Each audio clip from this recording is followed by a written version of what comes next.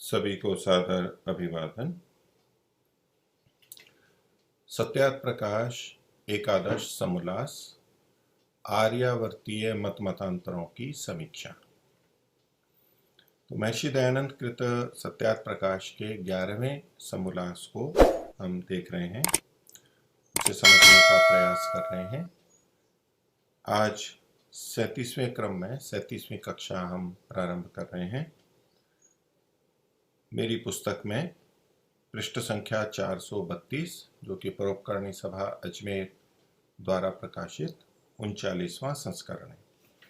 आप अपनी पुस्तक में जहाँ पर प्रश्न है पंजाब देश में नानक जी ने एक मार्ग चलाया, उससे लगभग 2 पृष्ठ आगे, 1.5 पृष्ठ आगे देख सकते हैं। तो महर्षि ने पीछे लिखा था और नानक जी की ये बात थी कि वे वेद की कहीं प्रशंसा भी करते हैं तो कहीं निंदा करते हैं, और अब ब्रह्मज्ञानी जो है वही परमेश्वर हो जाता है इत्यादि जो उन्होंने कथन किए थे उसको बताते हुए, और उनके बाद के लोगों ने उनकी अतिशयोक्तिपूर्ण बातें, प्रशंसाएं लिखी हैं, ये भी बताया था, जिसमें नानक जी का दोष नहीं था, चेलों का दोष था। और उसके बाद उनके पुत्र से उदासी और फिर रामदास आदि से निर्मले आदि चले, उन सब की चर्चा करते हुए आगे महर्षि कहते हैं कि अब उदासी कहते हैं हम बड़े, निर्मले कहते हैं हम बड़े, अकाली तथा सुतरे साई कहते हैं कि सर्वोपरि हम हैं। तो नानक जी को ही मानने वाले और बाद में जो इनमें विभिन्न भेद हो गए, संप्रदायों के भेद हो गए, तो वो अपने आप को सब बड़ा बड़ा मानते हैं, अपने को सबसे बड़ा और अन्यों को अपने से छोटा मानते हैं। इस तरह की बातें वहाँ पर चल रही हैं। अब गुरु गोविंद सिंह के बारे में कह रहे हैं, इनमें गोविंद सिंह जी शूरवीर हुए थे, योद्धा थे, क्षत्रिय थे, जो मुसलमानों ने उनके पुरुषों को बहुत सा दुख दिया था। और पुरुषों मतलब पूर्वजों को, उनके पुरुषों को, उस समय रहने वाले या पीछे वाले पूर्वजों को बहुत दुख दिया था, उनसे वैर लेना चाहते थे, यानी बदला लेना चाहते थे, परंतु इनके पास कुछ सामग्री न थी, यानी साधन नहीं थे युद्ध के लिए। और उधर मुसलमानों की बादशाही प्रज्वलित हो रही थी, अर्थात बढ़ रही थी, और उनका राज्य फैल रहा था, उनके शक्ति सामर्थ्य बढ़ रहे थे। तो ऐसे में उनसे प्रतिशोध लेना, बदला लेना उनके लिए संभव नहीं हो पा रहा था। तो उसके लिए उन्होंने एक उपाय किया, उन्होंने एक पुरस्चरण करवाया, एक कुछ कर्मकांड जैसा करवाया, प्रसिद्धि की कि मुझे, लोगों में ये बात फैलाई कि मुझे देवी ने वर और खड्ग दिया है कि तुम मुसलमानों से लड़ो। तो देवी ने जिस भी रीति से उनको ये दिया, वर दिया, वरदान दिया और निर्देश दिया कि तुम उनसे लड़ो, तुम्हारा विजय होगा। तो इससे लोगों पर प्रभाव पड़ा, तो बहुत लोग उनके साथी हो गए, और उन्होंने जैसे वाम मार्गियों ने पंचमकार, चक्रांकितों ने पंच संस्कार चलाए थे, वैसे पंच ककार अर्थात इनके पंच ककार युद्ध के उपयोगी थे। तो लोग साथ में जुड़े, और चूंकि उनको युद्ध करना था, उनको पराजित करना था, तो उस उद्देश्य से उन्होंने ये पंच ककार करके चलाए। 5 चीजें हैं जो क से शुरू होती हैं, तो पंच ककार। अब इन्होंने जो यहाँ तुलना की दृष्टि से जो दिया है कि जैसे वामर्गियों ने पंचमकार और चक्रांकितों ने पंच संस्कार चलाए थे, तो ये एक जैसे हैं। तो पंचमकार है तो म सबसे पहले, इसमें अच्छे बुरे की तुलना नहीं है, लेकिन शैली को बताया गया है कि उनकी शैली में इन्होंने उसी तरह से 5 संस्कार और 5 ककार इन्होंने चलाए। वो 5 ककार क्या है, प्रसिद्ध है, महर्षि भी यहाँ पर लिख रहे हैं। एक केश, महर्षि ने पहले क्या लिखा कि पंचककार युद्ध के उपयोगी थे, उस समय के हिसाब से युद्ध में उपयोगी थे, इसलिए उन्होंने ये चलाए थे। तो एक केश अर्थात जिसके रखने से लड़ाई में लकड़ी और तलवार से कुछ बचावट हो, मारते हैं जैसे भी है तो वो सिर पर हेलमेट आदि या सुरक्षा का कारण बनता है। टोपियां और भी होती हैं, ये भी उसमें इस तरह की भी उसमें रक्षक है। दूसरा कंगन, जो सिर के ऊपर पगड़ी में अकाली लोग रखते हैं, और हाथ में कड़ा, जिससे हाथ और सिर बच सकें। तो हाथ में कड़ा होता है, तो कंगन और जो अकाली लोग सिर में रखते हैं, और ये कड़ा हाथ के अंदर पहनते हैं। तो हाथ में पहनते हैं, उससे हाथ से बचाव होगा, या तो किसी को लड़ाई हो रही है तो उसमें हम मार सकते हैं अच्छी तरह से कठोर चीज से, और स्वयं के लिए भी बचाव के लिए। और सिर के ऊपर रखते हैं तो सिर पे भी उससे बचाव हो सकता है। तीसरा काच अर्थात जानू के ऊपर एक जांघिया कि जो दौड़ने कूदने में अच्छा होता है। तो अंदर कच्छा जो पहना जाता है और युद्ध में चूंकि दौड़ना है, कूदना है, भागना है, ये सब चीजें होती हैं, उसके लिए अनुकूल है। तो बहुत करके अखाड़ मल्ल और नट भी इसको इसीलिए धारण करते हैं। अखाड़े में जो मल्ल यानी पहलवान होते हैं अखाड़े वाले, वो उसको धारण करते हैं, और नट आदि भी जो उछल कूद करते हैं वो भी धारण करते हैं, कि जिससे शरीर का मर्म स्थान ढका रहे और अटकाव न हो। तो जननांग आदि ढके रहें और विभिन्न क्रियाओं को करते किसी तरह का अटकाव नहीं हो, और कोई बाधा नहीं हो, कोई चोट न पहुंचे, या उसमें सुरक्षा रहे। चौथा कंगा कि जिससे केश सुधारते हैं। जब बाल रखे हैं, केश रखे हैं, तो उसके लिए उपयोगी कंगा भी वहां पर किया गया। वो सीधे सीधे युद्ध के लिए सहायक नहीं था, युद्ध में उपयोगी नहीं था, लेकिन बाल थे इसलिए कंगा वहां साथ में जुड़ा हुआ है। पांचवा काचू कि जिससे शत्रु से भेंट भड़क्का होने से लड़ाई में काम आए। तो एक तो युद्ध होते हैं, दूर दूर से होते हैं, वहां तो अन्य भी उपाय होते हैं, उससे चलता है।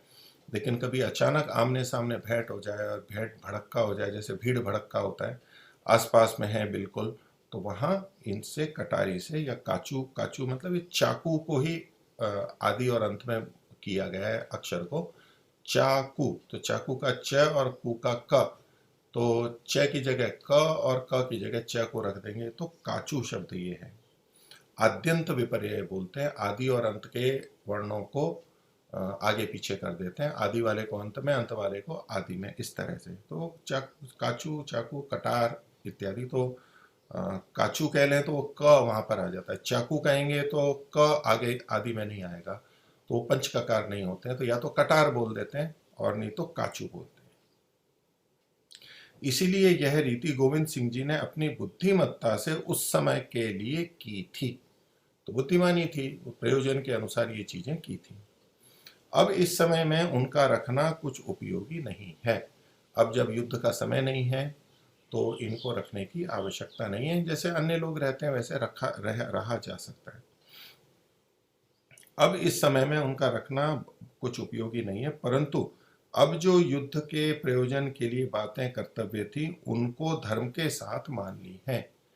तो ये बात के लोगों को हो जाता है कि किस परिस्थिति में क्या बात कही गई थी वो तो छूट जाता है, और बस उनकी बातें रह जाती हैं, वो हर समय में धारण करना या उसको कर्तव्य मान लिया जाता है।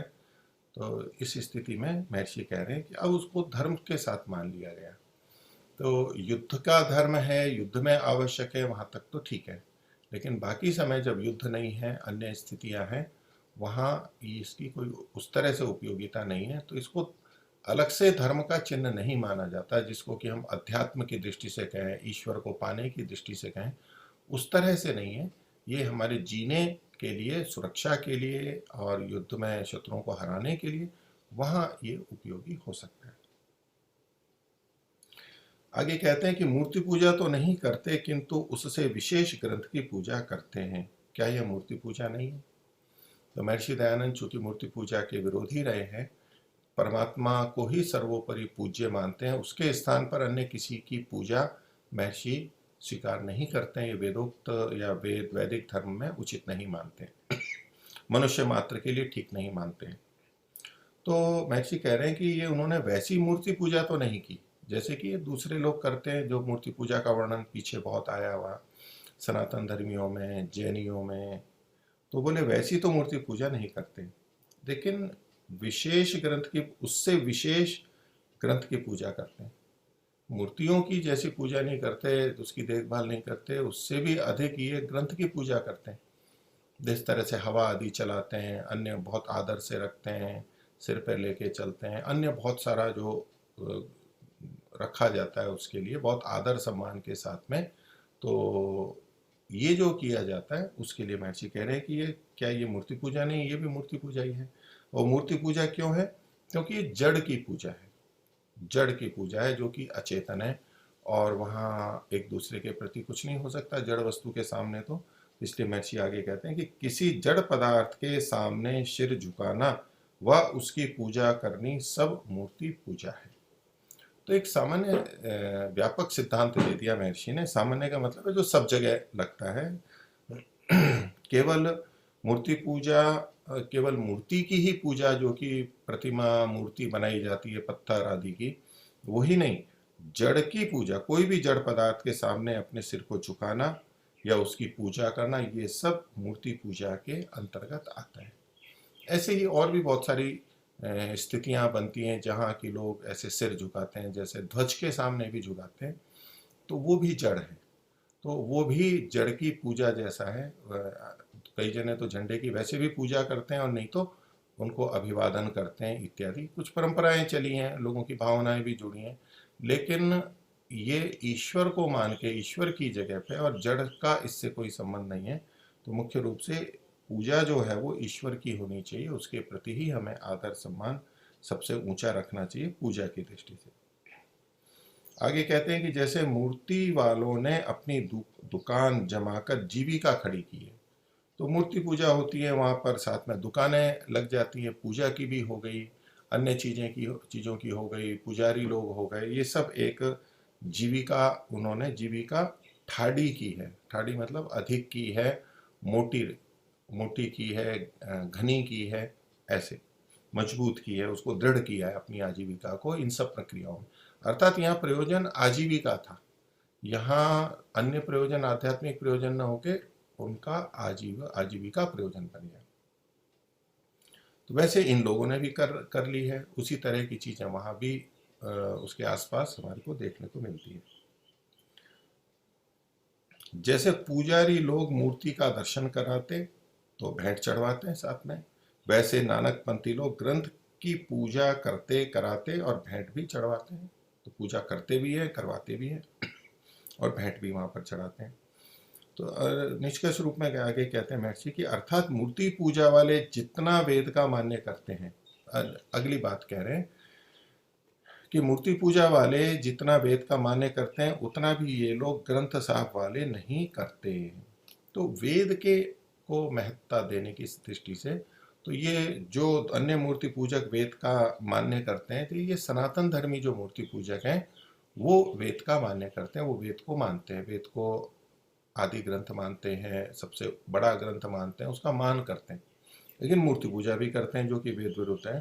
तो अन्य मूर्ति पूजा वाले तो वेद का जितना मान्य करते हैं, गुरु ग्रंथ साहब वाले तो उतना भी नहीं करते, क्योंकि वहाँ तो ग्रंथ उस प्रतिस्पर्धा के अंदर का एक तरह से आ गया है कि ये गुरु ग्रंथ साहब है, वो भी एक ग्रंथ है, और इधर 4 वेद भी ग्रंथ है, तो दोनों में से किसकी पूजा करें, किसको बड़ा माने? तो स्वाभाविक है वो गुरु ग्रंथ साहब को मानते हैं, तो वेद को उतना मान्य नहीं करते जो कि ज्ञान के भंडार है। हाँ, यह कहा जा सकता है कि इन्होंने वेद को न सुना न देखा, क्या करें और क्या कर सकते हैं?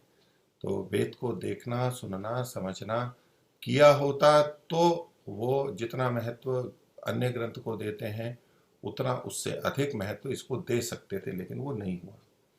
जो सुनने और देखने में आवे तो बुद्धिमान लोग, जो कि हठी दुराग्रही नहीं है, सब संप्रदाय वाले वेद मत में आ जाते हैं। तो जब वेद को न देखा न सुना तो और क्या करें ये करके? तो महर्षि कह रहे हैं कि यदि सुनने और देखने में आवे, कौन? वेद। यदि वेद देखने में आए, ये वेद हैं, कितने तो सनातन धर्मियों ने भी वेद को देखा ही नहीं होता है, पढ़ना विचार करना तो बात दूर की रही।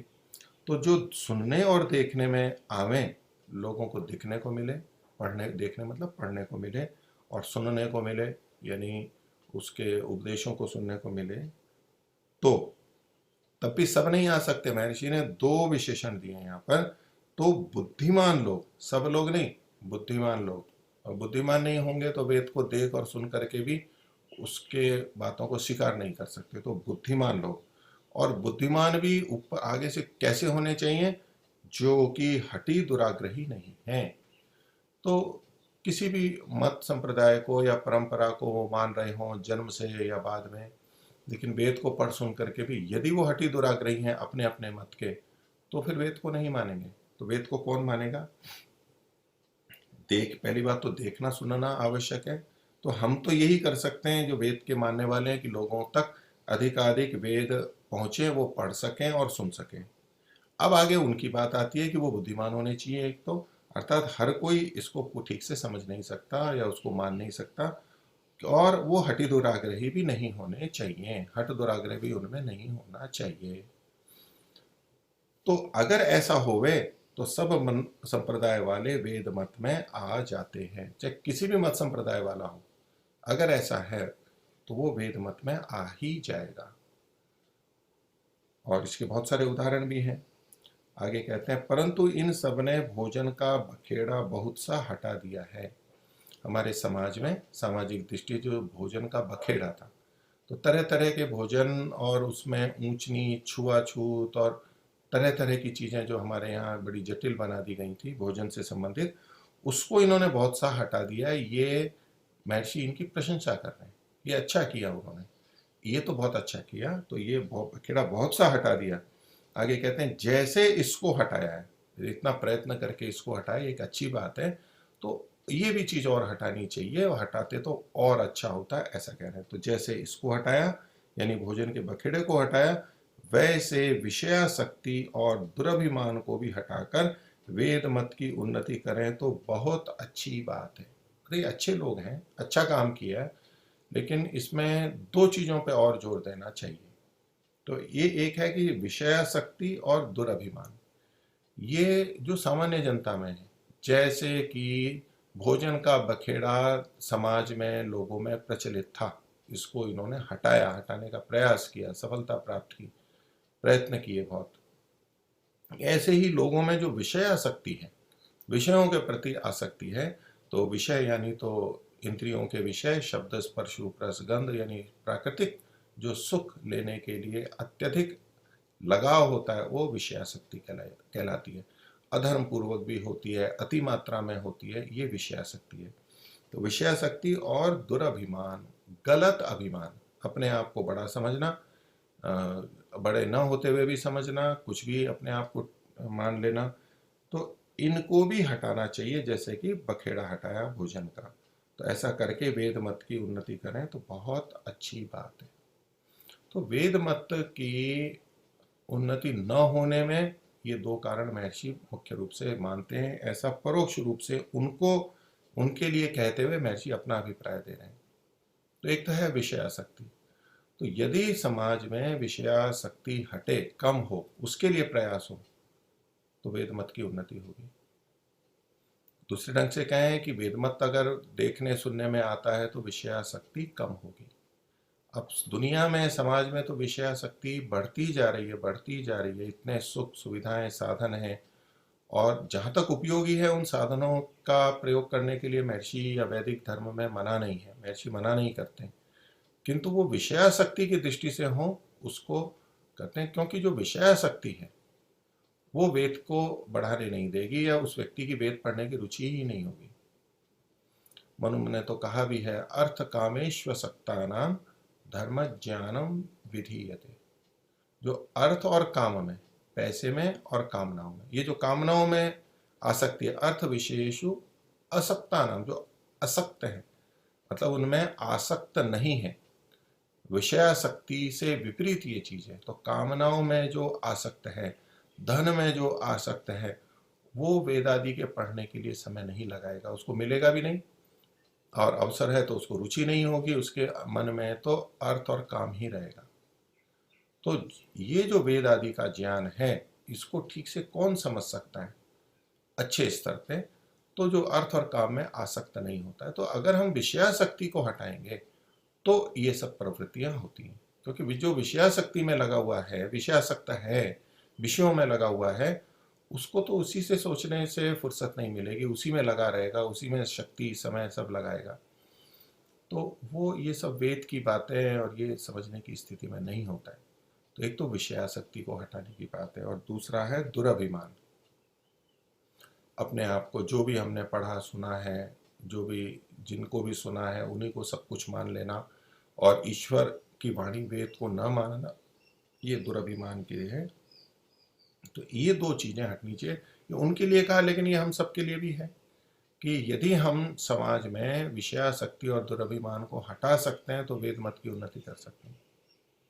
यदि हम ये नहीं हटा पा रहे हैं तो वेद को हमने मान लीजिए पुस्तक दे भी दी किसी को, उसको वेद का उपदेश भी दे दिया, कोई ऐसा स्थिति बनी, तो भी केवल उतने मात्र से बात नहीं बनती। हाँ, कुछ कुछ बातें अच्छी हैं, वहां तक पहुंच सकती हैं, कर सकते हैं, लेकिन महर्षि जिस रीति से वेद की उन्नति चाहते हैं कि लोग वेद को अपना मुख्य आधार बनाएं और वेद के अनुसार जीवन जिएं, ये नहीं हो पाता।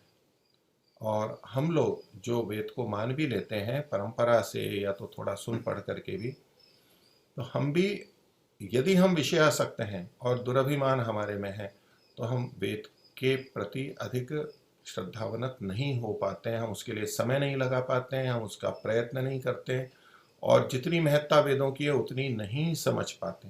ये सबके लिए लागू होती है।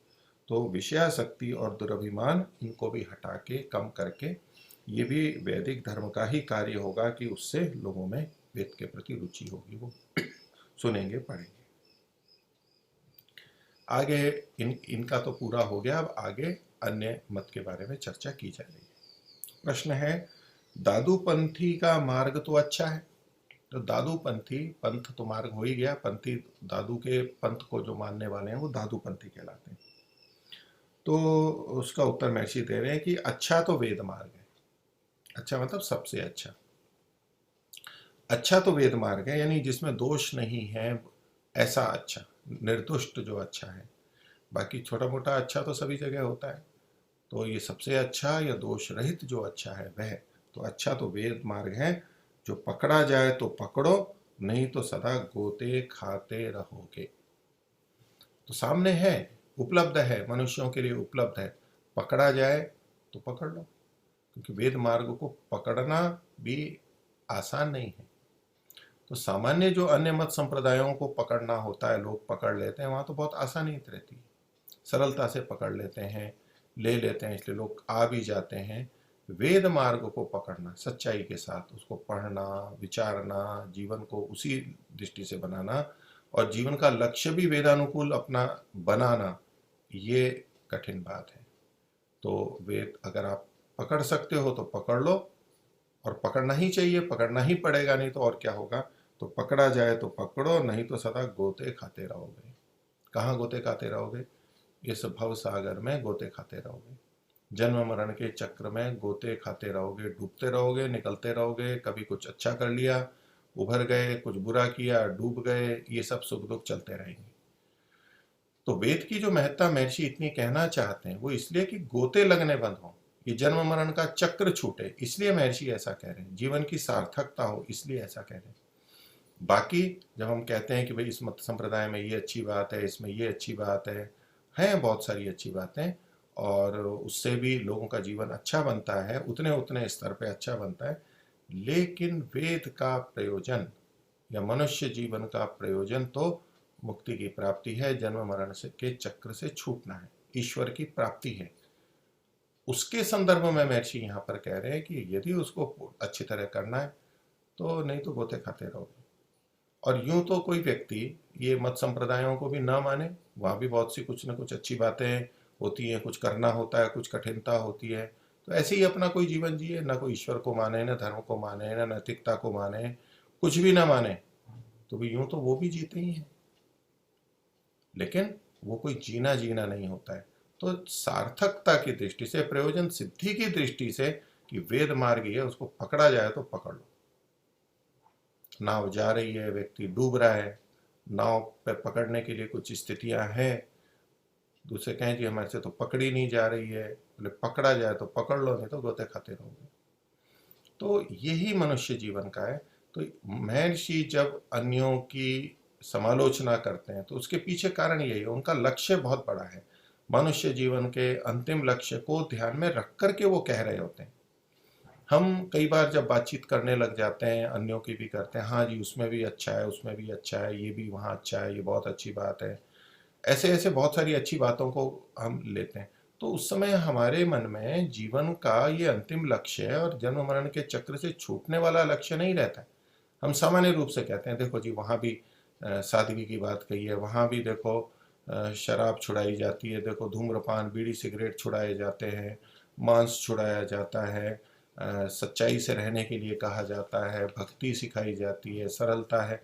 ऐसे ऐसे ये बातें हम कुछ कुछ अच्छी देखते हैं और उतने उतने अंश में जितना अच्छा है कोई भी अपनाएगा तो लाभ होना ही है। किंतु महर्षि जब उनके बारे में कुछ टिप्पणी करते हैं हमें लगता है कि महर्षि ऐसी नकारात्मक बात क्यों कर रहे हैं या तो वहाँ पर दोष ही क्यों देख रहे हैं।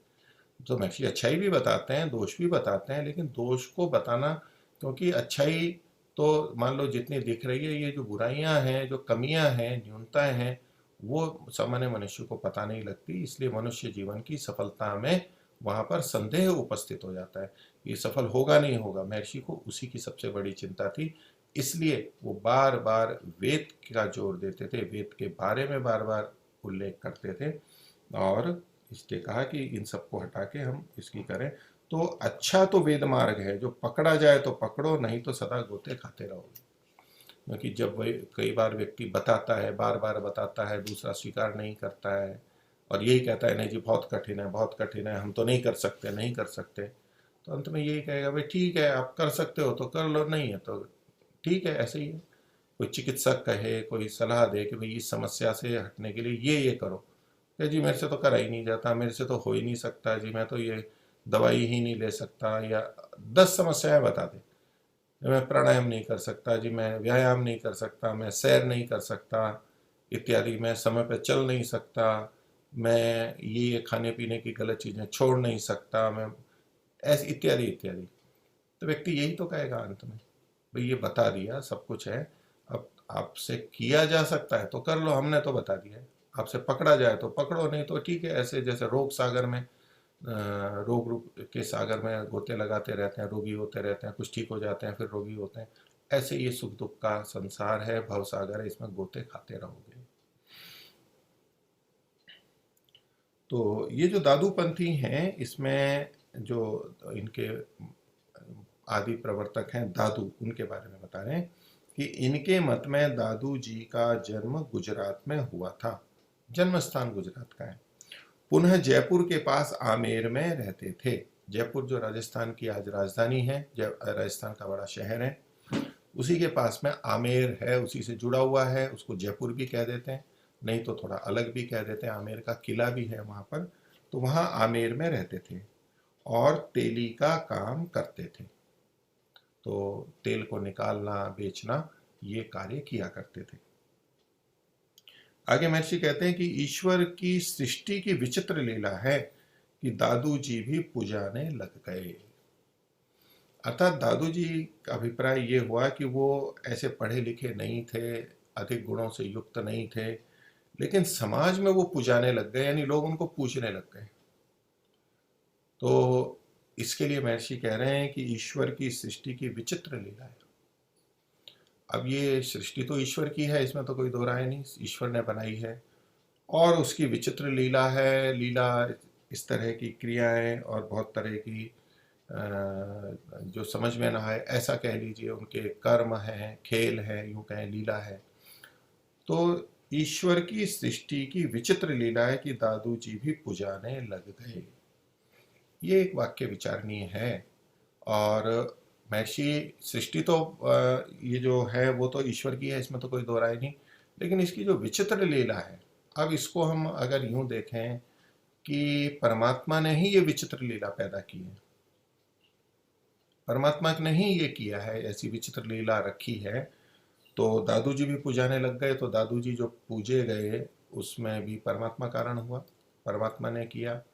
और महर्षि कह रहे हैं कि वो तो ऐसे योग्य नहीं थे, लेकिन देखो कितने लोग पूछने लग गए उनको, उनको मानने लग गए, जो कि वेद के विपरीत बात भी बोलते थे, वेद को नहीं भी मानते थे।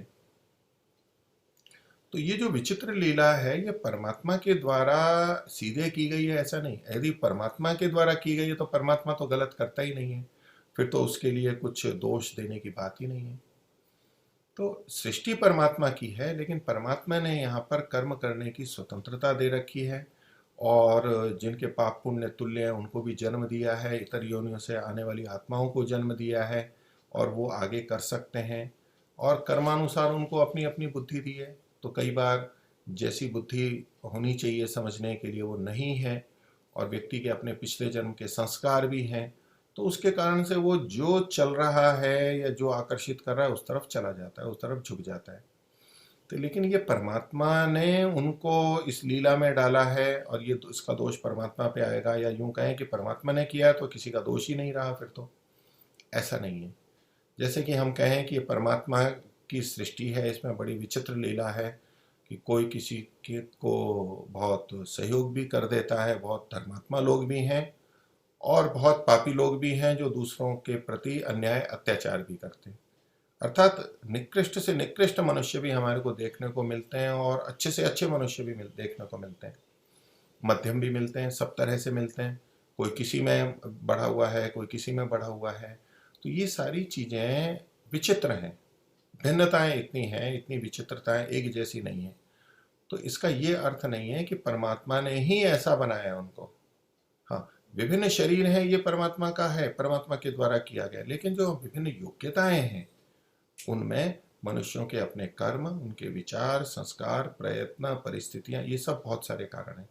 तो वो परमात्मा ने किया हुआ है ऐसा यहाँ तात्पर्य नहीं लेना चाहिए। यदि ये परमात्मा के द्वारा किया गया महर्षि मान रहे होते तो उसका निषेध नहीं करते, कभी नहीं करते, क्योंकि परमात्मा तो गलत करता ही नहीं है।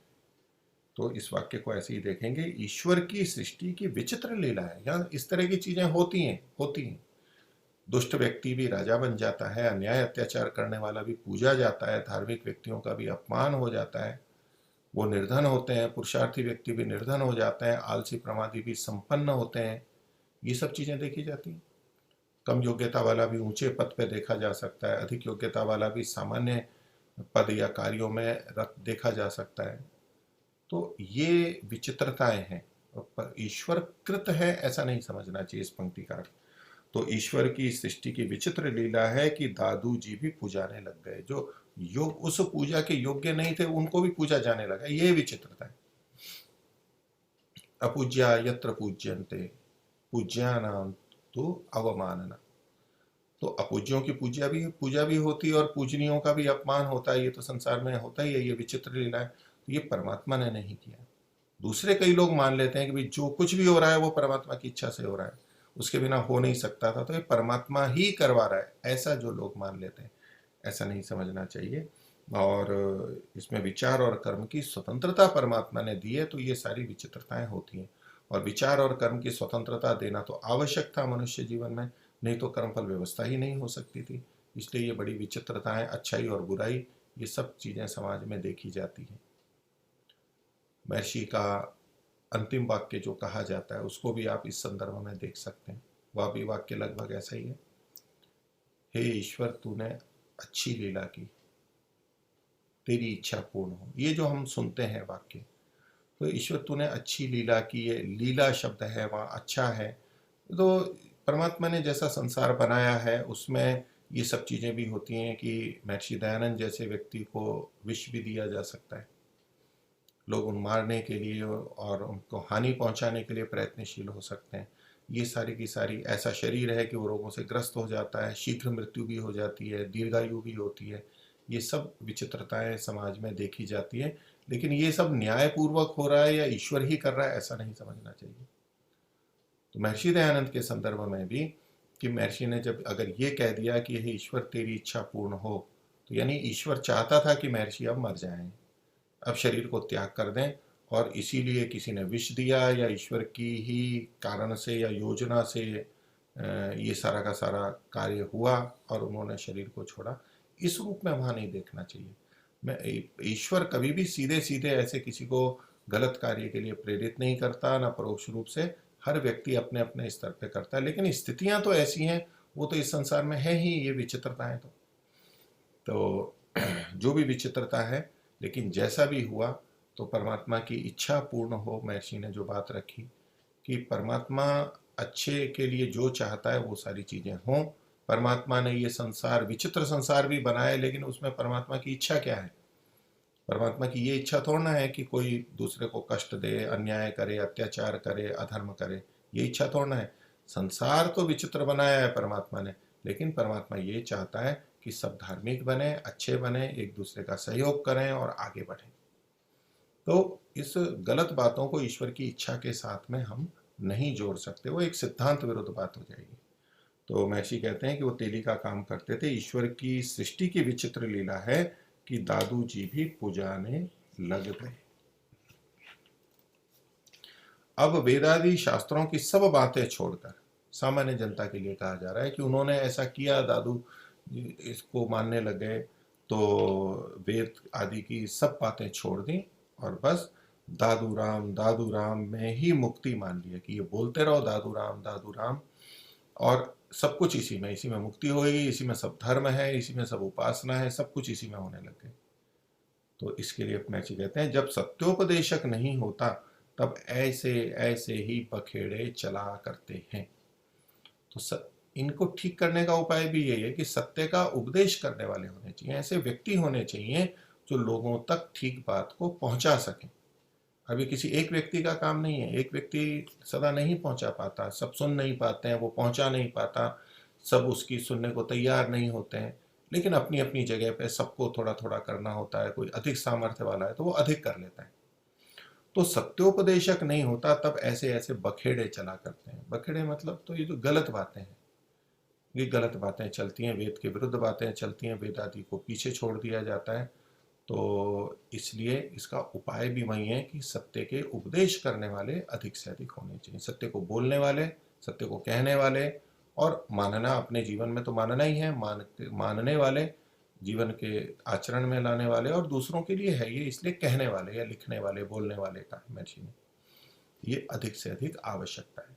उसके बिना नहीं हो सकता है। हम कामना करें कि भी वैदिक धर्म फैले, वैदिक धर्म को मानने वाले अधिक से अधिक हों, लोगों तक पहुंचे, तो पहुंचाएगा कौन? हमें ही तो पहुंचाना है। या तो कुछ लोग जो साधु संत बन गए हैं, सन्यासी बन गए हैं, विद्वान हैं, उन्हीं को सब कुछ करना है? ये तो हम सबको करना है। और अधिक से अधिक लोग सन्यासी बने, वानप्रस्थी बने, वेद प्रचारक बने, अपने बच्चों को हम उस दिशा में दें, भेजें, तब जा करके होता है। नहीं तो नहीं होगा। हमारे बच्चे हमारे पास, हम भी न वानप्रस्थ जीवन, न संन्यास जीवन, न कोई प्रचार के लिए लग रहे हैं। गृहस्थी में रहते हुए जी हमारे को तो अपनी घर गृहस्थी देखनी है, तो ये काम करेगा कौन? दूसरे ही करेंगे। दूसरे कब तक करेंगे और कितना करेंगे? बहुत अधिक जनबल और धन बल की आवश्यकता होती है। जितना समाज देगा, जितना समाज, जो समाज कर पाता है, तो जितना वैदिक धर्म ही करेंगे उतना ही फैलेगा, नहीं तो नहीं फैलेगा।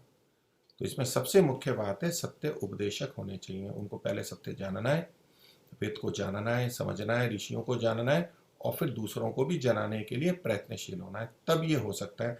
नहीं तो ये बखेड़े चलते रहेंगे, ये मत संप्रदाय चलते रहेंगे, इतरथा अंध परंपराएं चलती रहेंगी। अब आगे महर्षि कहते हैं कि थोड़े दिन हुए कि एक राम स्नेही मत शाहपुरे से चला है।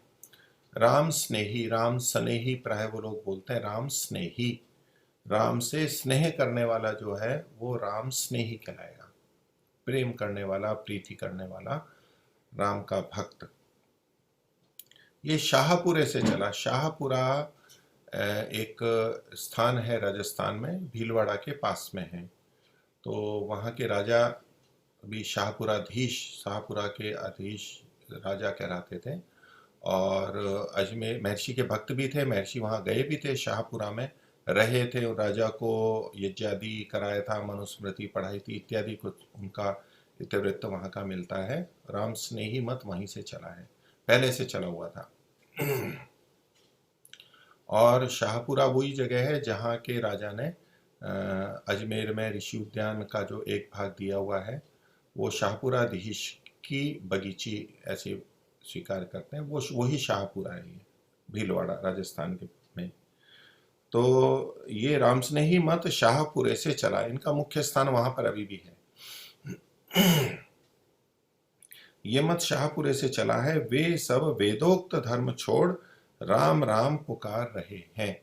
क्योंकि राम स्नेही मत है, राम के भक्त हैं, तो राम राम, ये राम शब्द का प्रयोग बहुत अधिक करते हैं। तो सामान्य रूप से तो हम जब देखते हैं कि भाई ये सनातन धर्मी हैं, उन्हीं की शाखाएं हैं, तो वेद को मानते हैं। लेकिन महर्षि इनके लिए बार बार क्या कहते हैं कि वेदोक्त धर्म को छोड़ करके, अब यूं भले ही वेद का नाम लेते हों, लेकिन वेदोक्त धर्म छोड़ा कि ओम के स्थान पर राम नाम का प्रयोग करते हैं। और ये तो एक राजा का नाम था, अब यूं अर्थ घटा के देख लो तो अलग बात है, किंतु ये जिनको राम कहते हैं वो तो एक मनुष्य थे, महापुरुष थे, उनको उस रूप में मानना वहाँ तक ठीक है। लेकिन परमात्मा के स्थान पर और जैसे ओम का जप करते हैं उसकी जगह राम शब्द का प्रयोग करना, तो उसके लिए महर्षि कहते हैं कि वे सब वेदोक्त धर्म छोड़कर राम राम पुकार रहे हैं। अब वेद में बहुत सारी बातें हैं, अब लोग कहेंगे कि जी वेद की बहुत सारी अच्छी बातें हैं वो भी मानते हैं, तो वेदोक्त धर्म को तो उन्होंने छोड़ा नहीं, वेदोक्त बातें भी वो कहते हैं। लेकिन देखिए, वेद का मुख्य तात्पर्य ईश्वर में है।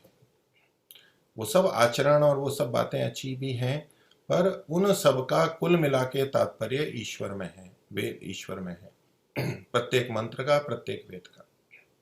तो ईश्वर की प्राप्ति के लिए जो उपयुक्त चीजें हैं वो वेदोक्त धर्म कहलाएंगी, और उसमें जो बाधक हैं, उसके विपरीत हैं, वो वेदोक्त धर्म नहीं कहलाएंगी। तो ओम की जगह, परमात्मा के नाम की जगह पे किसी महापुरुष का नाम लेके फिर उसी का ही जप करते रहना, उसी को सबसे ऊंचा मान लेना, ये वेद धर्म को छोड़ने की जैसे है, छोड़ने की बात है। इसलिए महर्षि ने कहा कि वे सब वेदोक्त धर्म छोड़ राम राम पुकार रहे हैं, और उसी में ज्ञान, ध्यान, मुक्ति मानते हैं। ये ऊपर से जो बात है, इसलिए महर्षि को आपत्ति है कि उसी में ज्ञान मानते हैं कि बस राम राम समझ लिया और राम राम बोल रहे हैं, तो बस सब ज्ञान इसी में ही छुपा हुआ है, ये कर लिया तो सब ज्ञान प्राप्त हो गया, अब कोई ज्ञान की प्राप्ति की आवश्यकता नहीं। उसी में ध्यान समझते हैं कि वो ही हमारी उपासना हो रही है, ध्यान हो रहा है, बस राम राम जपते रहो, बस यही ध्यान है। तो उसी में ज्ञान, ध्यान और मुक्ति भी उसी में मानते हैं कि राम राम जपते रहो और हमारी मुक्ति हो जाएगी। तो महर्षि इस बात का, केवल शब्द का जप तो चाहे कोई भी हो, ओम का हो तो भी वो मुक्ति का कारण नहीं बनता है, महर्षि मानते हैं।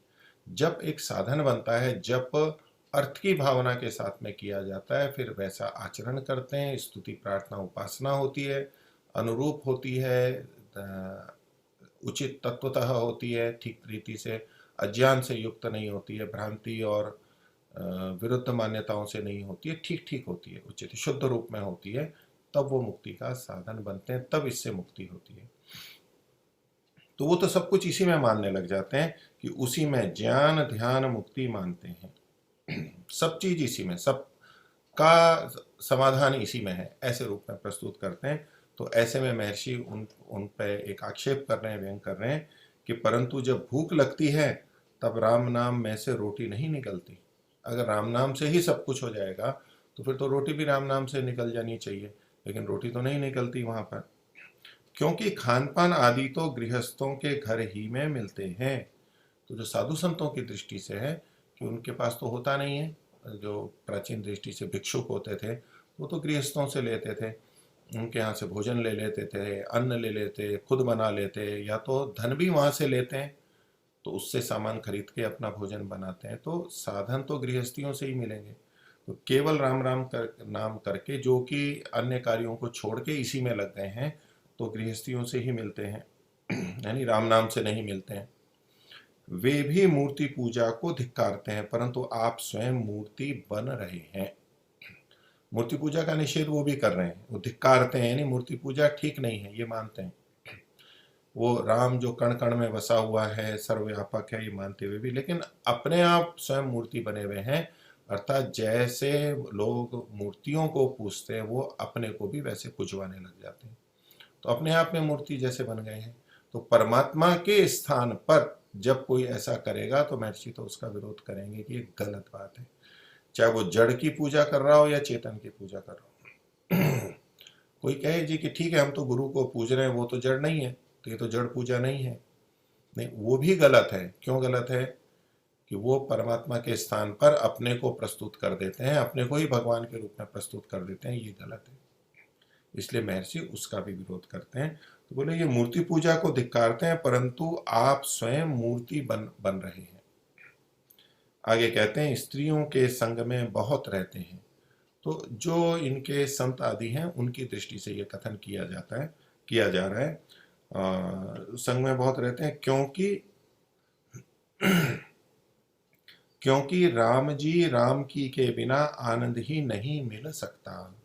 उनकी दृष्टि से महर्षि कथन कर रहे हैं, एक उन पे आक्षेप जैसा दे रहे हैं। राम जी, तो राम राम तो वो बोलते ही हैं, और राम की कौन है, तो सीता जी राम की हैं, यानी राम की पत्नी। तो इसको प्रतीक के रूप में कि स्त्री और पुरुष इसके बिना तो आनंद ही नहीं मिलता। तो जो ये साधु संत हैं तो वो स्त्री के संग में बहुत रहते हैं, और उसका कारण कोई पीछे से ये है। तो ये भी उनका व्यवहार ठीक नहीं है। जो गृहस्थी हैं उनका अपना नियम है, लेकिन इस तरह से साधु संत के रूप में रहना, विवाह न करना, और बहुत सारी महिलाओं या तो स्त्रियों के संग में रहना, एकांतवास करना, वो सब और बातें भी महर्षि ने लिखी हैं।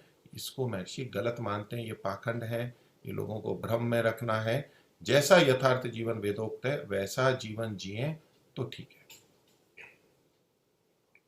आगे कहते हैं कि अब थोड़ा सा विशेष राम स्नेही के मत में लिखते हैं। तो राम स्नेही का प्रसंग बीच में थोड़ा ऊपर भी जो बताया, अभी जिस अनुच्छेद को हमने पढ़ा उसके बाद में कुछ थोड़ा इनके बारे में और विशेष बता रहे हैं, यानी कुछ अधिक बता रहे हैं। एक रामचरण नामक साधु हुआ, ये नाम था, कोई साधु हुए हैं रामचरण, जिसका मत मुख्य कर शाहपुरा स्थान मेवाड़ से चला है। तो ये जो शाहपुरा है वहां से ये रामचरण जो साधु थे उन्होंने इसको चलाया। तो ये मेवाड़ से चला है। इसको मेवाड़ जो क्षेत्र है, राजस्थान का मेवाड़ क्षेत्र, जो उदयपुर और उसके पास भीलवाड़ा, चित्तौड़ और इस तरह का जो आगे, वहाँ मेवाड़ एक राज्य था। राजस्थान में भी बहुत सारे राज्य थे, तो मारवाड़ अलग था, मेवाड़ अलग है, शेखावाटी अलग है, ऐसे राजस्थान में भी बहुत अलग अलग क्षेत्र रहे। तो मेवाड़ एक अलग राज्य था, तो उस मेवाड़ राज्य के अंतर्गत ये शाहपुरा भी आया करता था। तो शाहपुरा स्थान मेवाड़ से चला है। तो मेवाड़ एक तरह से वो क्षेत्र का वर्णन हो गया, जैसे हम आजकल राज्य बोल देते हैं, वो उस तरह का राज था। तो वे राम राम कहने ही को परम मंत्र और इसी को सिद्धांत मानते हैं। सबसे बड़ा मंत्र बस यही है, राम करो, राम राम राम राम राम राम राम, ये बोलो, सबसे बड़ा मंत्र है। यानी वेद के सारे मंत्र तो उससे सब छोटे हैं, हीन है, और भी कोई मंत्र नहीं, बस राम का नाम लेना, ये राम राम ही सबसे बड़ा मंत्र है, परम मंत्र है, सबसे श्रेष्ठ मंत्र है। और इसी को सिद्धांत मानते हैं कि यही सबसे बड़ा है और इसी से सब कुछ होगा। उनका एक ग्रंथ है कि जिसमें संत दास जी आदि की वाणी है, ऐसा लिखते हैं। तो संत दास जी जो भी होंगे, पीछे कोई संत हुए होंगे, उनकी वाणियां वहां पर दी गई हैं, उसको मानते हैं। तो उनका एक वचन यहाँ पर दे रहे हैं। तो ये दोहे जैसा है, ये हिंदी में या स्थानीय भाषा में कहें, हिंदी ना कह करके भी। तो भरम रोग तब ही मिट्या, रटिया निरंजन राई, तब जमका कागज फट्या, कट्या करम सब जाई। तो भ्रम मतलब तो भ्रम, रोग, भ्रम नामक रोग। रोग अलग अलग होते हैं। रोग वो होते हैं जो हमें कष्ट देते हैं, रुजति इति रोगः, जो हमारे को पीड़ा देता है, कष्ट देता, बाधा देता है, उसे रोग कहते हैं। तो भ्रम यानी मिथ्या ज्ञान, ये तो सबसे बड़ा रोग है, यानी हमको सबसे अधिक कष्ट देने वाला है।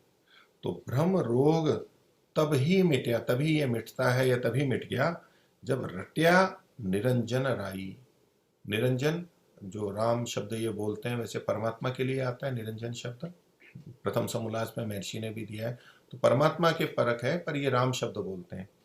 तो रट्या निरंजन राई, जब राई के मतलब थोड़ा सा, तो बहुत थोड़ा राई, जैसे कि हम कहते हैं राई का पहाड़ बना दिया, तो राई वैसे छोटा सा होती है, छोटी सी होती है, ये छोटेपन के प्रतीक के रूप में मानी जाती है।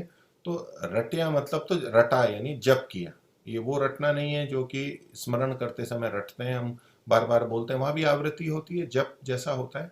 तो जब बहुत थोड़ा निरंजन को रटा तो ये भ्रम रोग सब मिट गया, उसी से सब कुछ हो गया, यानी इसी में ज्ञान मानते हैं। जो महर्षि ने पीछे लिखा था कि राम राम पुकार रहे हैं, उसी में ज्ञान ध्यान और मुक्ति को मानते हैं। तो बस उसको जप लिया तो सारे भ्रम हट जाएंगे, सारा मिथ्या ज्ञान हट जाएगा, तो उसी में ज्ञान है, ये उस तरह की बात है ये। तो भ्रम रोग सब तब ही मिट्या रट्या निरंजन राय, जब ये करेगा तभी भ्रम हटेगा, नहीं तो भ्रम हट ही नहीं सकता है, इसी में ज्ञान है।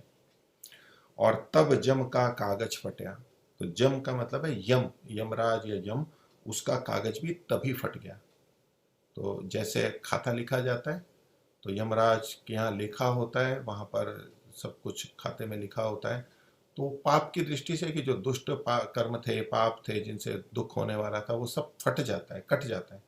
अर्थात वो कागज ही फट जाता है तो फल कहाँ से मिलेगा। जैसे कि आज न्यायालय में कोई कागज वागज हो और वो सब नष्ट हो जाए, रिकॉर्ड, और किसी के अपराधी होने का भी प्रमाण सब नष्ट हो जाए, तो फिर कैसे उसको दंड देंगे। इस तरह की कोई बात है कि जो कागज लेखा था वही सारा नष्ट हो जाता है, अर्थात बिना भोगे, बिना कर्मों को भोगे उसके सारे पाप समाप्त हो जाते हैं। तो ये जो जन्म मरण का चक्र चल रहा है, इसमें बस जप कर लिया और ये सब नष्ट हो गए, तो ये गलत बात है, ऐसे नष्ट नहीं होते हैं। तो तब जम का कागज फटिया और कटिया कर्म तब जाई, तब कर्म यानी कर्मफल, कर्माशय, भाग्य, वो सब कट जाता है, और जब वो कट जाता है तो मुक्ति हो जाती है, इस दृष्टि से है। तो केवल जप से ये नहीं होता है, अगर कर्मों से मुक्ति चाहिए तो उसके लिए तो पूरा विधान है, वो जीवन मुक्ति की स्थिति है, वहां जा करके वो होता है। लेकिन ऐसे तो हमारे को कर्मफल भोगने ही होते हैं, बिना फल भोगे कर्म समाप्त नहीं होता, चलता रहता है, चलता रहता है। ये तो एक आगे जीवन मुक्त की बात है। महर्षि देखिए इसका अर्थ करते हैं कि अब बुद्धिमान लोग विचार ले, समझ लें, जो समझदार हैं वो तो विचार लेंगे, जिनको जो बुद्धिमान नहीं है वो तो क्या विचारेंगे, वो तो सीधा मान लेते हैं कि अरे कितना महात्म्य लिखा है, गलत थोड़ा ना लिखा होगा, सही है, इतने लोग झूम झूम के गाते हैं, जप करते हैं, ये सब मूर्ख थोड़ा है, वो भी लग जाता है, उसको ज्यादा विचारने का, बुद्धि का प्रयोग ही नहीं होता है। तो महर्षि कहते हैं कि अब बुद्धिमान लोग विचार ले रहे हैं कि राम राम करने से भ्रम, जो कि अज्ञान है, अज्ञान मिथ्या ज्ञान है, वह यमराज का पापानुकूल शासन, ये जम का कागज हो गया, अथवा किए हुए कर्म, जो कट्या कर्म तब जाए, तो किए हुए कर्म कभी छूट सकते हैं व नहीं। तो तीन बातें, तो ये राम राम के जप करने से न तो अज्ञान छूट सकता है, न यमराज का पापानुकूल जो शासन है, यमराज की कल्पना भी करें, वैसे यमराज परमात्मा के लिए ही कहा जाता है, पर इनकी परिकल्पना में अलग होता है। तो पाप के अनुकूल जो शासन है, पुण्य को तो ये हटाना नहीं चाहेंगे, ये तो पाप को ही हटाना चाहेंगे, कटेगा मतलब तो पाप कटेंगे। तो पाप के अनुकूल जो शासन है यानी दंड व्यवस्था है, और किए हुए कर्मों का छूट जाना है, यानी जो पाप कर्म का दंड होना है वो ना मिलके बस वो छूट जाना है। तो कह रहे हैं विद्वान लोग कि ऐसा छूट सकते हैं या नहीं, अर्थात नहीं छूट सकते, महर्षि का तात्पर्य ये लोग कहते हैं कि छूट जाते हैं, तो महर्षि उस पर प्रश्न खड़ा कर रहे हैं। महर्षि आगे कहते हैं यह केवल मनुष्यों को पापों में फंसाना और मनुष्य जन्म को नष्ट कर देना है। तो वो तो पाप के कटने की बात कह रहे हैं और जीवन की सफलता की बात कह रहे हैं, लेकिन महर्षि ने कहा ये मनुष्यों को पापों में फंसाना है, ये केवल मनुष्यों को पापों में फंसाना है, यानी इससे तो मनुष्य और पापों में फंसेगा। और ये हम देखते भी हैं समाज के अंदर, जो इस तरह की बातें करते हैं, इस तरह के उपाय प्रस्तुत करते हैं कि आपके पाप नष्ट हो जाएंगे, इस पे विश्वास कर लो, ये यहाँ दान दे दो, यहाँ डुबकी लगा लो, यहाँ स्नान कर लो, इत्यादि जो बातें करते हैं उनके लिए है। तो ये तो पापों में फंसाना है, क्योंकि व्यक्ति पाप करेगा, उससे जो वो लाभ समझता है छल कपट करके, धन का, पद का, उसका लाभ उठाएगा, और ये जो पाप कटने के साधन बताए जाते हैं वो तो बड़े सरल हैं, करने लगते हैं, खुद भी करते हैं और दूसरों से करवा लेते हैं, वो भी पैसा दे देते हैं, उसी पाप का पैसा दे के, और सोचते हैं कि ये कोई जप कर लेगा, कोई पंडित कर लेगा, कोई और कर लेगा, कोई जो भी इनके पुरोहित वगैरह हों वो कर लेंगे और मेरे पाप कट जाएंगे। तो ऐसा नहीं होता, ये तो पाप में फंसाने की रीति है, इससे तो व्यक्ति और पाप में फंसेगा, कभी नहीं निकल सकता, ऐसा व्यक्ति कभी नहीं निकल सकता। जिसको ये उपाय समझ में आ गया यही उपाय है, वो तो पाप भी करता रहेगा और बस इन उपायों से उसको नष्ट करने का भी सोचता रहेगा, उसको भ्रांति होगी, कभी वो हटने वाला नहीं है। लेकिन तो यह केवल मनुष्यों को पापों में फंसाना और मनुष्य जन्म को नष्ट कर देना है। तो किसी को, एक तो होता है पाप करना और एक दूसरों को पापों में फंसाना, और कितने मनुष्यों को पापों में फंसाना, महर्षि इसको बहुत गलत कार्य मानते हैं, ऐसा नहीं करना चाहिए। और साथ में कि मनुष्य जन्म ही नष्ट कर दिया उनका, ये इतना महत्वपूर्ण मनुष्य जन्म मिला था जिससे कि वो इन पापों से बच सकता था, श्रेष्ठ बन सकता था। कितने पुण्य कर्मों से ये मनुष्य शरीर मिला था, दुर्लभ मनुष्य शरीर था, इतना महत्वपूर्ण मिला था, सोचने समझने की शक्ति थी, वो सारे साधन व्यर्थ हो गए। दिखने में लगेगा कि हाँ खा रहे हैं, पी रहे हैं, कर रहे हैं, लेकिन जीवन का लक्ष्य था वो उसकी तरफ तो बढ़ ही नहीं पाए, उल्टे हो गए, विपरीत दिशा में हो गए, तो वो नष्ट ही होना हो गया। मनुष्य जीवन को पाके भी लाभ नहीं उठाया, घाटा उठा लिया, तो वो नष्ट ही करना है। तो इसको महर्षि बहुत गलत मानते हैं। तो इसलिए ये जो इस तरह के छोटे छोटे हल्के हल्के साधन लोगों के द्वारा बनाए जाते हैं, बताए जाते हैं, और महर्षि उसका निषेध करते हैं, और इसीलिए इतनी तीव्रता से निषेध करते हैं, उनका इसीलिए इतनी तीव्रता से खंडन करते हैं कि मनुष्यों के लिए बहुत हानिकारक है। अब भारत में एक कुछ अलग स्थितियां हैं, जैसे हम दूसरे उदाहरण ले लें कि कुछ देशों के अंदर मिलावट करने वाले को बहुत कठोर दंड है, भोजन में मिलावट कर रहे हैं, औषधियों में मिलावट कर रहे हैं, बड़ा दंड क्यों है? बोले जी मैंने तो थोड़े से पैसे के लिए ये इतनी सी चीज़ें तो मिलाई थी। भाई आपने ये जो इतनी सी चीज़ मिलाई है, ये जो मिलावट की है, उससे उसको जान जा सकती है, उसको कोई रोग हो सकता है, वो अपंग हो सकता है, उसको हानि हो सकती है। आप अपने थोड़े से लाभ के लिए और उनका जीवन के साथ खेल रहे हो, उनके मनुष्य जीवन के साथ खेल रहे हो, बहुत बड़ा दंड दिया जाता है। यहाँ भारत में तो आजकल कुछ माना ही नहीं जाता है, विशेष कुछ हो गई तो हो गई, मिलावट तो सभी करते हैं। ये मनुष्य जीवन के साथ में खेलना बहुत बड़ा पाप है। तो जैसे इन वस्तुओं से होता है, ये वस्तुएं तो फिर भी थोड़ी सी हानि करती हैं, ये जो इस तरह के विचार दे दिए जाते हैं कि आप ये जप करो और आपके सारे पाप कट जाएंगे, ये तो बहुत अधिक हानि करने वाला है, बहुत भ्रांति में डालने वाला है।